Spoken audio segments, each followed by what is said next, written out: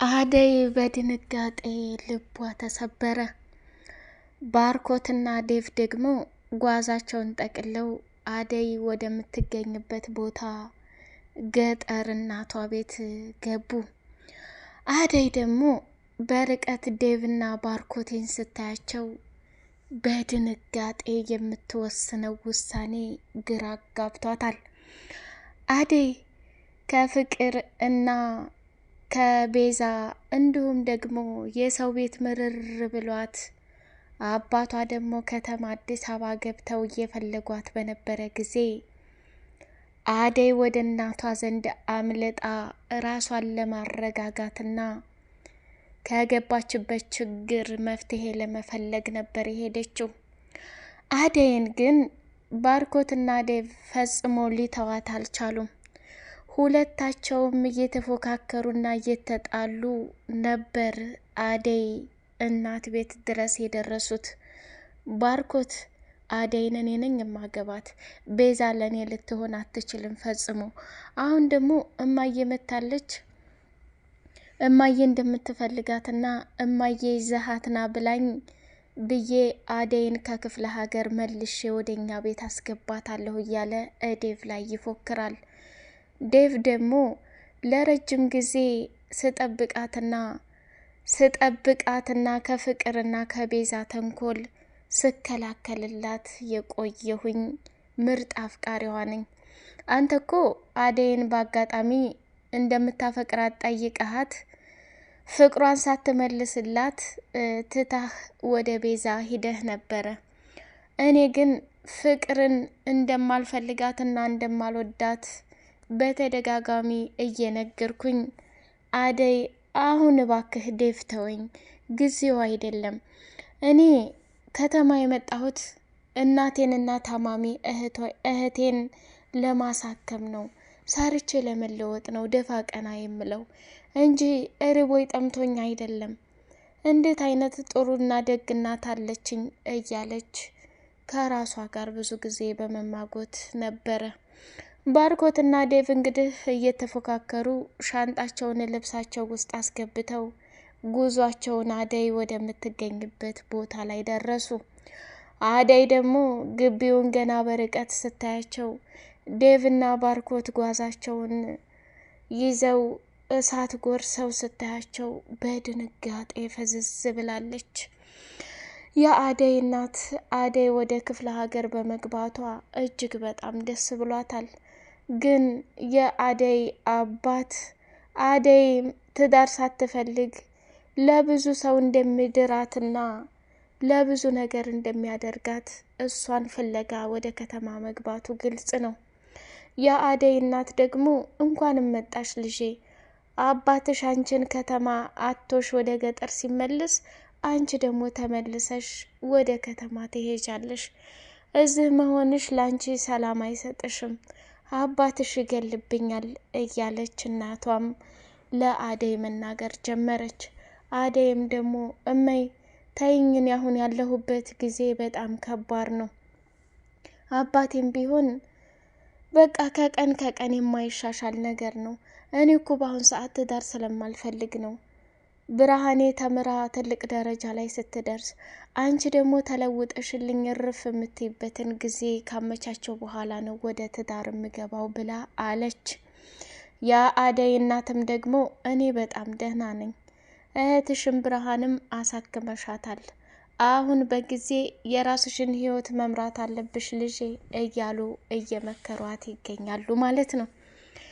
ሰላም ሰላም፣ ውድ የተከበራችሁ የቻናሌ ቤተሰቦች፣ እጅግ በጣም አስተማሪና ተወዳጁ የአደይ ድራማ እንደቀጠለ ይገኛል። የአደይ ድራማ ብዙ ነገሮችን ተምረንበታል። እንደናንተ ቅንነትና መልካምነት ቻናሌ ላይክ፣ ሰብስክራይብ እያደረጋችሁ አበረታቱኝ። አደይ ፍቅርና ቤዛ እንዲሁም ሊዱ አቃጥለው በነገር እንዲሁም ደግሞ እሷ ከቤት በተለይ እንድትወጣ ፍቅር ብዙ ነገር አድርጋለች። ፍቅር ለእናቷ የሆነ ያልሆነ ወሬ እየደወለች ነገር እያዋሰከች አደይ ከዛ ከቤት እንድትወጣ የምንጊዜ ምኞቷ ነበረ። ምክንያቱም ዴቭን በጣም ስለምታፈቅረውና ስለምትወደው ማለት ነው ፍቅር። ዴቭ ግን ፈጽሞ አንድ ቀን እንኳን ሊያፈቅራት ቀርቶ አይደለም እንኳን ሊወዳት ቀርቶ አይደለም አጠገቡ መታ ስትቀመጥ በጣም እየተጨናነቀ እሷን ከፍ ዝቅ እያረገ ብዙ ስድቦችን የሚሰርባት ነበረ። አደይ ግን ለማንም ሳትናገር ለለሊ ብቻ ተናግራ፣ ለሊም ደግሞ በቃ እኔ ካሁን በኋላ ሰልችቶኛል፣ ከዚህ ከቤት የምወጣበትን አጋጣሚ ነው የምፈልገው ብላ ወደ ሌላ ደላላ አገናኝታት ስራ ሲጠፋ፣ አደይ ደግሞ ያላት አማራጭ እስኪ ራሴን እናቴ ቤት ሂጄ ላረጋጋ ብላ ጉዞዋን ወደ ገጠር አደረገች። ባርኮትም የራሱ ስራ ነበርና ከስራ ሲመለስ አደይ እቤት አለመኖሯን ሲያቅ የሚሆነው ግራ ገባው። ቤዛም ደግሞ ስለ አራጣ ቤቷ ስለተወረሰው እያንዳንዱ ገንዘብ ለማግኘት ለባርኬ ስታስረዳው ነበር። ባርኬ ግን ለቤዛ ምንም ቦታ ያለው ምክንያቱም እየዋሸችውና እየደበቀችው ስለሆነ፣ እሱም ደግሞ የመጨረሻ ውሳኔ የሆነው የቤዛን ቤተሰቦች አግኝቶ ካናገረ በኋላ ሊረዳት እንደሚችል ቃል ገባላት። ዴቭ መኖር አቃተው። ወደ እነ ኤላ ቤት ሄድና ስለ አደይ ደህንነት ለሊ ሊጠይቃት ሲሄድ፣ ለሊ ደግሞ በጣም አዝናለሁ ዴቭ፣ እኔ ይህን ካንተ አልጠብቅም ነበር። ቤዛና ፍቅር እንዲሁም ሊዱ አደይ ላይ ያደረጉትን ነገር መከላከል የምትችለው አንተ ነበርክ። ግን ለአደይ ምንም ነገር አልጠብካትም። አደይ እኮ እዛ ቤት ያልሆነችው ነገር የለም። መከራና ስቃዩ ሲበዛባት ሌላ ቤት ልትቀይር ደላላ ላይ ተነጋግረን ስራ ሲጠፋ አደይ ወደ ክፍለ ሀገር ጉዞዋን አደረገች ብላ ስትለው፣ ዴቭም ደግሞ በድንጋጤ ልቡ ስንጥቅ አለ። እባክሽ ለሊ አትቀልጂ፣ እኔ አደይ በጣም ናፍቃኛለች። አዲስ የገባችበትን ቤት ንገሪኝና አለችበት ቦታ ሂጄ አይኗን ማየት ፈልጋለሁ አለ። ኤላም ደግሞ ዴቭ ተረጋጋ፣ አደይ በእርግጥ በጣም ከፍቷታል። ምክንያቱም ኤላም ማስቀይሟት ነበር። ከነ ፍቅር ቤት ሸሽታ ወደ እነ ለሊ ቤት ስትመጣ ኤላ የቤቱን ውል ወረቀት ጣውላ ስታጸዳ ውሃ ደፍታበት እጅግ በጣም ተናዶ አስቀያሚ ንግግር አደይን ተናግሯት፣ ለሊም በኤላ ተቀይማ እንዴት እንደዚህ ታደርጋታለህ? አደይ እኮ ተገፍታና አልቅሳ ራሷን ለማረጋጋት እኛን ሰው ብላ ነበር የመጣችው። አንተ ግን ምን አይነት ስብዕና ነው ያለህ? ብላ ለሊ ኤላን ተቆጣችው። በስተ መጨረሻ ተጣልተው እሱም ደግሞ ጥፋቱ እንደገባውና የቤቱ ፋይል ወረቀት ግልባጩ አባቱ ጋር እንዳለው ሲያውቅ፣ ለሊ በጣም አጥፍቻለሁ፣ ያውኔ ስናደስ ስሜታዊ እንደሚሆን ታውቂያለሽ።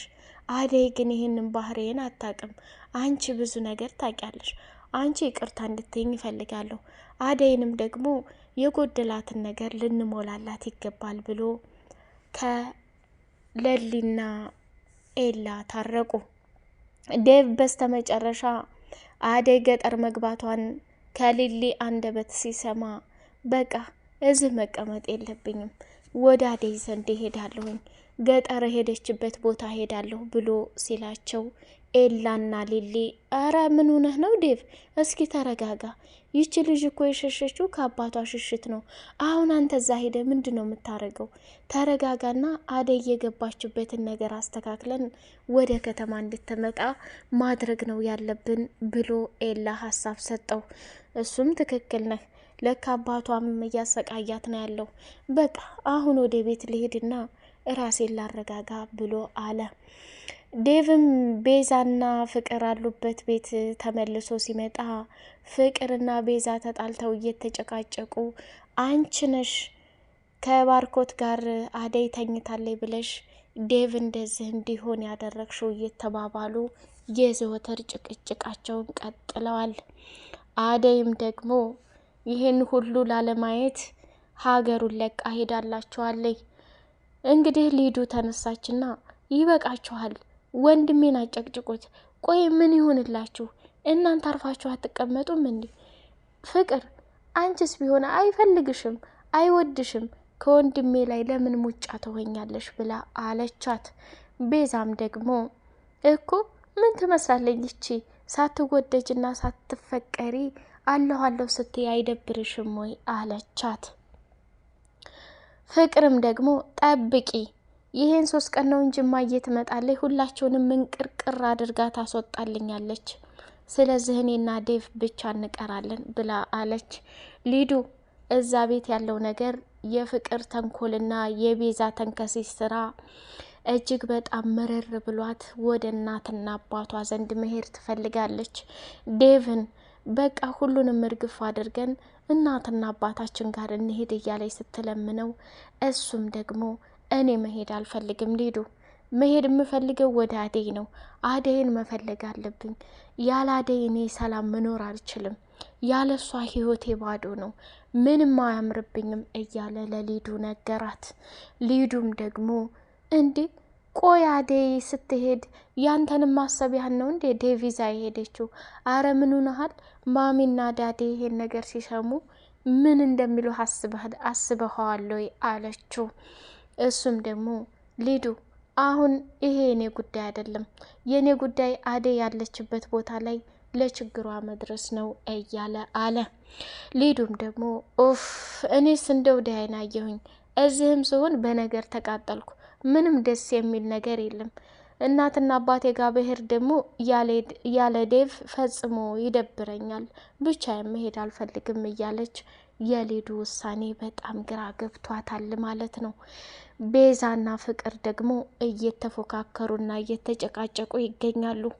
ባርኮት የሄደበት ቦታ ላይ መጥቶ ከቤዛ ጋር ተነጋግሮ ከጨረሰ በኋላ ወደ ሳሎን ሲሄድ ለሁሉም መጥፎና ተንከሲስ ስራ የፍቅር እጅ መኖሩን ሲያውቅ ፍቅር ላይ እጁን ቀስሮ እያስፈራራት ባለ ሰዓት ስሚ ፍቅር፣ ለማየ የቤዛን መምጣትና እዚህ መሆን ማን ተናገር ያለሽ ብሎ ሲያስፈራራት፣ ፍቅር ደግሞ ባርኮት ምን ሆነህ ነው? እኔ እህትህ አይደለሁ እንዴ? አደይን አረፍኩ ስል ደግሞ የዚችን የቤዛ ወሬ ውሸት እየሰማ እኔን እንዴት ትጣላኛለህ? አዳምጠኝ ላስረዳህ እያለች ስትጨቃጨቅ፣ እሱ ደግሞ በጥፊ ሊመታት ሲል የባርኮት እናት ከስተጀርባ ሁና ፍቅር ባርኮት ስትል ባርኮቴ የዘረጋውን እጁን ሰበሰበና ወደ ኋላ ዘወር ሲል እናቱ መታለች። ፍቅር በደስታ ፍንጥዝ ብላ ከሶፋ ላይ ወረደችና እናቷ ላይ ጥምጥም አለች። ባርኮት ግን በጣም ነው የደነገጠው። ለምን? ቤዛ አሁንም እዛው እቤት ስለሆነች ማለት ነው። ውድ የቻናሌ ቤተሰቦች ዴቭ የፍቅርን ጥግ ለአደይ አሳይቷታል ማለት ነው። ከኋላ ከፊቱ እየሄደች ፍቅር ስትከታተለው ዴቭን አፍቅራ ፍቅሯን እየገለጸ በተደጋጋሚ የሱን ሁኔታ እየተከታተለች አደይን ሰላም አሳጥታት ነበር። ዴቭ ግን አደይን ብቻና ብቻ ነው የሚያፈቅረው። ለፍቅር ቅንጣት ታክል ቦታ የለውም። በስተመጨረሻ የፍቅር ነገርና የቤዛ መጥፎ ነገር አደይን ከዛ ከቤት እንድትወጣ አድርጓታል ማለት ነው። አሁን ዴቭ እንግዲህ ጉዞውን ወደ ገጠር ወደ አደይ እናት ቤት ስላደረገ ያለውን ነገር ተመካክረው እንደሚመልሷት ግልጽ ነው። ምክንያቱም የባርኮትም እናት ስለመጣች እሷን ደግሞ በጣም እንደሚወዷትና አደይን አደራ ብላ ቤቷንም እንደሄደች አይተናል ማለት ነው። ውድ የቻናሌ ቤተሰቦች ባርኮት የቤዛን ተንከሲስና መጥፎ ነገር ሲያውቅ ወደ አደይ እንደሚጠቀለል ግድ ነው። ዋናው ነገር አሁን አደይ የማን ምርጫ ትሆናለች? የባርኮት ወይስ የዴቭ የሚለውን በጉጉት የምናይ ይሆናል ማለት ነው። አደይ ወደነ ፍቅር ቤት ተመልሳ መጣ ባርኮትን ወይንም ዴቭን ፍቅራቸውን እንደምትቀበላቸው ግልጽ ነው። ለሊም ደግሞ ለአደይ ያላት ፍቅርና ውዴታ እጅግ በጣም ይመስጣል። አደይ ተመልሳ እንድመጣና ራሷን እንድጠብቅ ኤላ ደግሞ ገንዘብ የሚቸግርሽ ከሆነ ጠይቂኝ ብሏታል ማለት ነው። ሊዱስ በስተመጨረሻ ባርኮትን አደይ ምርጫዋ ስታደርግ ዴቭ እየተጎዳ ስታይ ምን አይነት ውሳኔ ትወስናለች የሚለውን በቀጣይ ፓርት የምናይ ይሆናል። ውድ የቻናል ቤተሰቦች እናንተም ላይክ፣ ሰብስክራይብ እያደረጋችሁ አበረታቱኝ። በቀጣዩ ፓርት በጉጉት እስከምንገናኝ ሰላም አለይኩም ወራህመቱላሂ ወበረካቱ።